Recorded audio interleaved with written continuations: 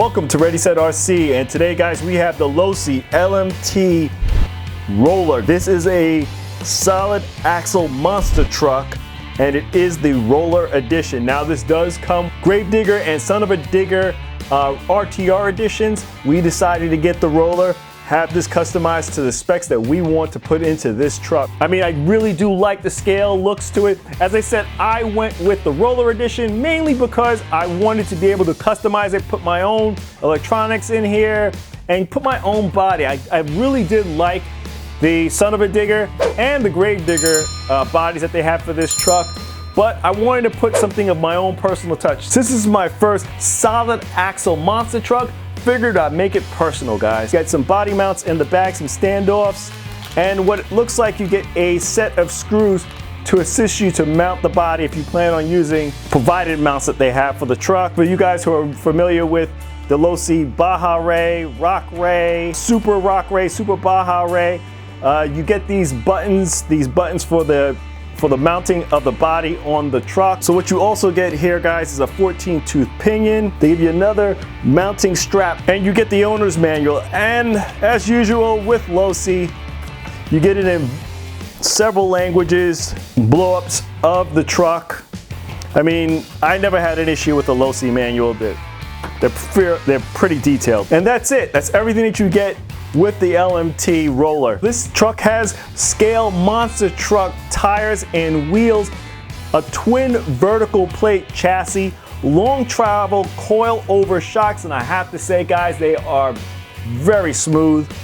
Multi-piece scale axle housing, composite flip top cage. I'm going to show you guys how it will work with the custom body. Battery tray with an elastic mounting system. This truck has a center differential with a Cushy drive. It does come with a realistic driver insert, a wheelie bar on the rear, and front and rear sway bars on this. The length is 20 inches or 558.8 millimeters. The height is 118 inches or 299.7 millimeters. The width is 15.4 inches or 391.2 millimeters. And the weight of this truck is 8.9 pounds or 4.04 kilograms. You will need a body, you'll need a transmitter and receiver, LiPo batteries, charger for those LiPo batteries, an ESC, a motor, servo. You're gonna need a servo horn that will work with your specific servo that you put in there if you do not go with a 23-tooth servo. Because the servo horn and servo saver setup that is on here, it is for a 23-tooth servo. There's full ball bearings throughout. You have a 6061 T6 aluminum twin vertical plate chassis. The differentials in this truck is a beveled geared and they're sealed. The final gear ratio on this is a 18.76 to 1 gear ratio.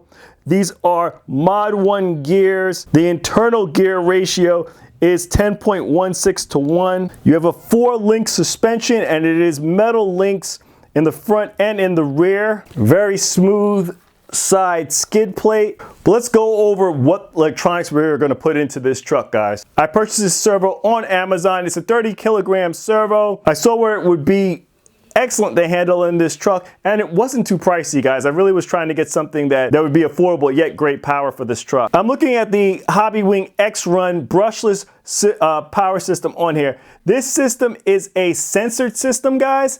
I'm just looking for a little bit more control on this truck, and that's what I wanted to put on here. I just want something with a little bit more control than a sensorless system. For the receiver, I'm going with the SR315. I'm not going to do anything crazy. I don't need 5 channels on this. 3 channels is more than enough. If I decide to put lights, I always have that extra channel to use it for.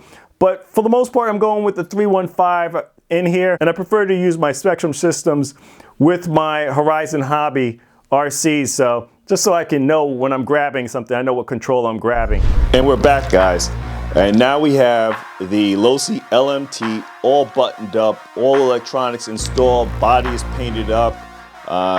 The wheels, we put a little special touch with the wheels with a little bit of purple paint on there. And I'll put all the paints used on this RC in description below. We went with a Marvel's Avengers theme. It's a Black Panther inspired monster truck. What you're seeing in regards to the body is a mask that I put on there, and then what you do is you actually cut this out. So I actually cut this out of a comic book that I had and then masked it onto the RC, then painted around it. It's a very simple process, guys. And if you need to know how I did this, I can explain it to you. I could, just ask me and I can tell you how it was done. But it's nothing that I'm gonna show you a video on how to actually do this work. Outside of the Black Panther character, the decals you see on the front, and the Black Panther name on the side, the rest of it was all painted up. I used a stencil, painted the Avengers symbol on the top, and everything else was me just even the outlining here is just me just using liquid mask and cutting out and trimming these areas to make it look like this. For the wheels, you will need to take some time detailing them. I used a TS paint to paint the wheels, and that's why you see that on here now. As for the electronics and everything else that's in this truck, you guys saw the electronics going in.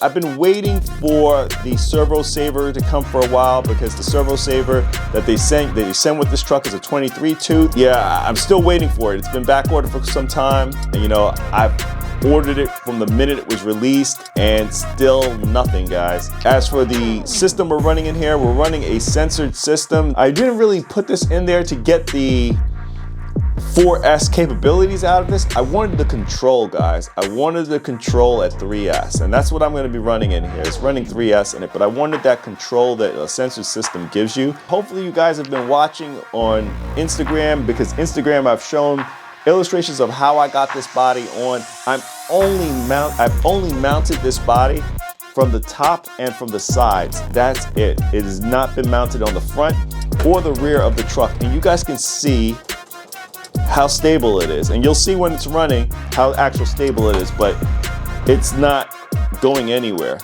It doesn't go anywhere. You will need to get either your drill or your Dremel out to cut out the rear of it. That's it, guys. Next up for this truck, we're gonna get it out. We're gonna try to do some stunting with it. This is my first solid axle monster truck, so come along for the ride. You guys get to see what we do and how we perform with this truck and how this truck performs for us. But please like, comment, and subscribe. Check us out on Instagram for our latest posts to the channel. This is Ready Set RC, signing out. Thanks again, guys.